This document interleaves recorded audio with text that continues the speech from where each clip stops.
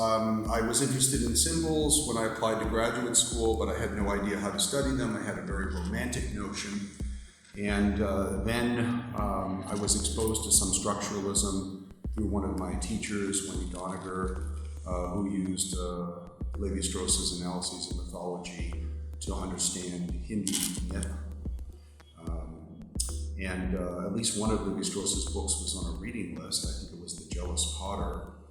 But I tried to read as much of it as I could and go back and behind and before to earlier sources like Saussure and Jakobson. And also at the same time, I was learning Sanskrit, a very difficult, dead language, which forced me to confront the fact that language determines mentality to some extent. And I ended up writing my dissertation on Hindu mantras.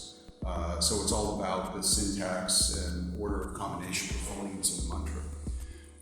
So to understand that, of course, I needed to learn Sanskrit, but it also convinced me that I needed to acquire some methodologies. And some friends in Sanskrit class, one of whom had written an MA thesis on Saussure, as I recall, encouraged me to attend Michael Silverstein's class on language and culture.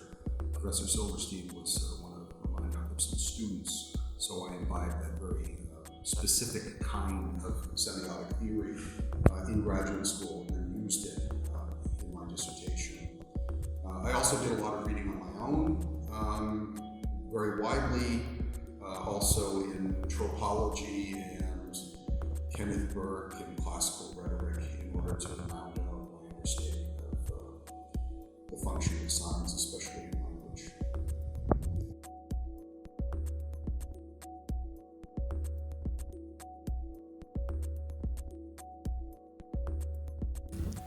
It's hard for me to say because I don't feel that I have a total picture of the difference between Europe and America with respect to semiotics. I do have a few observations. Semiotics was imported into North America from Europe, of course, if we're talking about the structuralist tradition.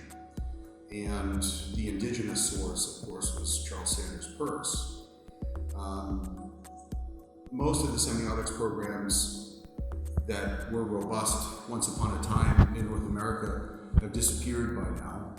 I can't say they're all gone. I haven't done a complete survey, but most of them existed in the first instance as a result of this influence from the continent in the 60s and 70s and 80s. And much of what was imported was structuralism.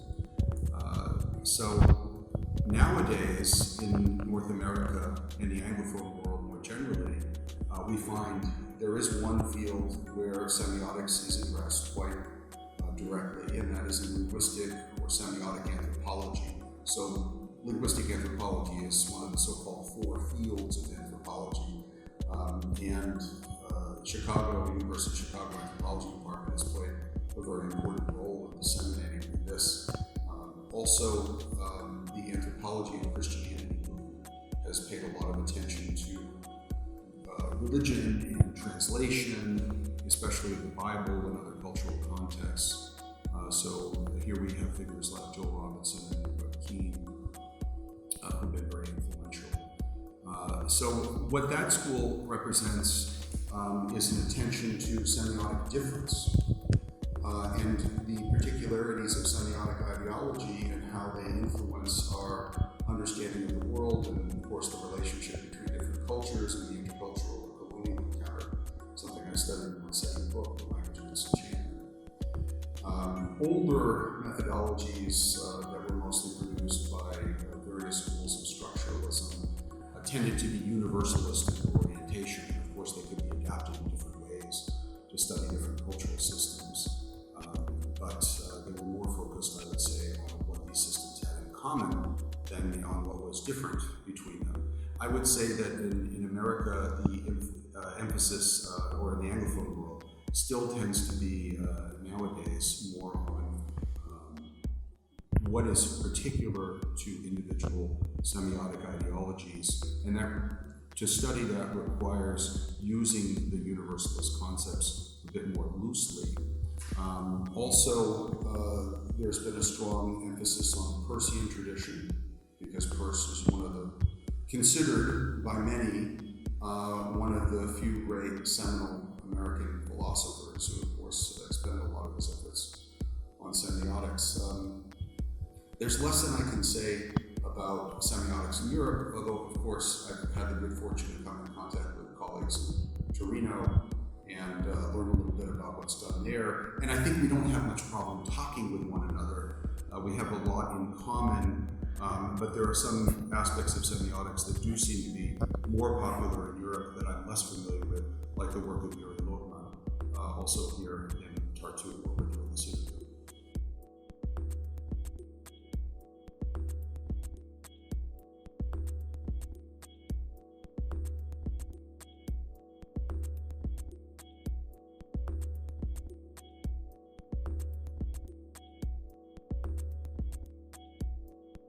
Yeah, I'll try to be brief here because I'm not sure how much sovereignty in the sacred contributes to semiotics. Unlike my first three monographs, Sovereignty in the Sacred is about the intersection between religion and politics.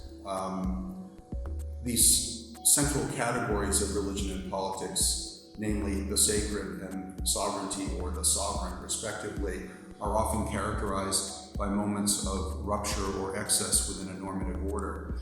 And when I offer this as a partial definition of what we call the sacred or sovereignty, I'm really trying to react against older emphases on the orderliness of the political system. So examples of what I'm talking about are rituals of inversion or transgression, what Victor Turner described as liminal moments, what they call in German often die verkehrte Welt, or the transgressive behavior that is often attributed to sovereigns, also in some of the contemporary anthropological work on sacred kingship. So the book tries to, with reference to a wide range of historical and ethnographic examples, recuperate as an object of theory our understanding of the moment, the manner in which sovereignty and the sacred transcend by breaking, but also founding or constituting a normative order. And as such, it's approaching a systems theoretical definition of religion. And after I wrote it, I realized that I probably wouldn't have written it that way without having gone through the phase of studying structuralism and understanding the importance of relationships. For example, the relationship between immanence and transcendence, or the relationship between legality and sovereignty, which is the focus of the book.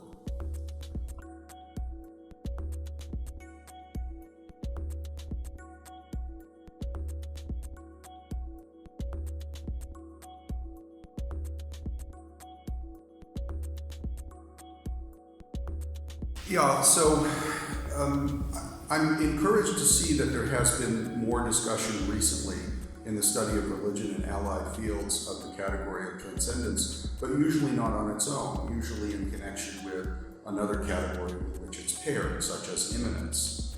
And again, I've seen this in the work on sacred kingship, and this is important because transcendence, or the discussion of transcendence, doesn't return us to some older understanding of religion as sui generis or a substantive category, as an ontological category, something that was done in the phase of phenomenological study of religion, which has been roundly rejected by most contemporary practitioners of religious studies. But instead, it introduces a way of approaching transcendence as a relationship.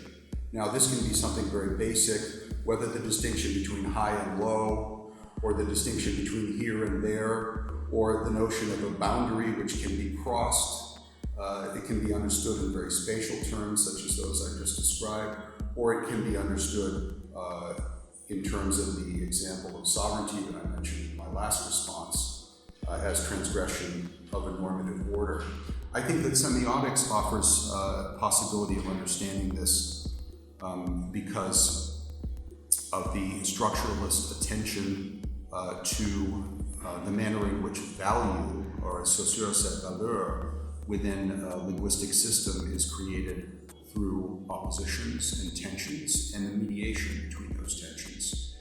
So transcendence and immanence is exactly such an opposition.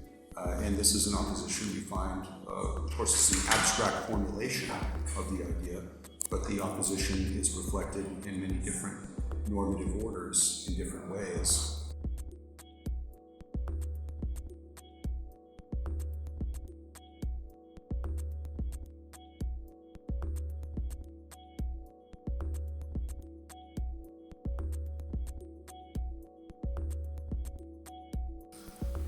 I think Lévi-Strauss is and must remain a key point of reference. First of all, his analyses of mythology and then the analyses of those who followed in his wake, I think still afford what is likely the best explanations of many religious systems of mythology. So anybody who wants to improve on them has to go back and read them and analyze them very carefully. And I try to encourage students to do this in religious studies by offering at least one segment of the foundation course on narratives where we approach, if not Lévi-Strauss, something like Edmund Leach's Genesis as Myth, which is a bit more accessible, usually in combination with Vladimir Propp's Morphology of the Folktale, in order to introduce the methodology of carefully analyzing the sequence within such texts.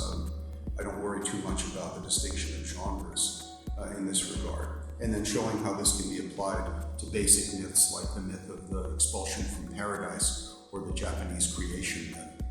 I think the question presumes to some extent that these methods are outdated, but I must confess I don't see that contemporary methods have replaced them successfully in explaining some of the patterns that we find in mythology. And also, it should be pointed out that some people have continued to use these methodologies. Not only my teacher, Wendy Doniger, who just retired, or Seth Kuhn, who works on the Hebrew Bible using Lévi-Straussian techniques of analysis, but also scholars who work on sacred kingship and sacrifice, like the Francophone anthropologist Luc de Hirsch.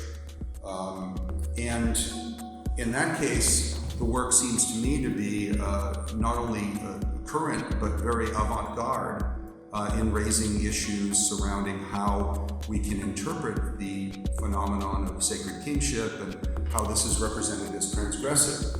So in de Hirsch's work, and I'm adverting to something like his work translated in 1985 into English on sacrifice in Africa, the sacred king is a transgressive figure who, by virtue of existing simultaneously outside and inside of a normative order, is capable of transcending and of grounding that order. So the sacred king serves as a focal point for ritual within a social order, and there has to be some kind of opposition between the outside and the inside, or nature and culture, that's mediated by virtue of this figure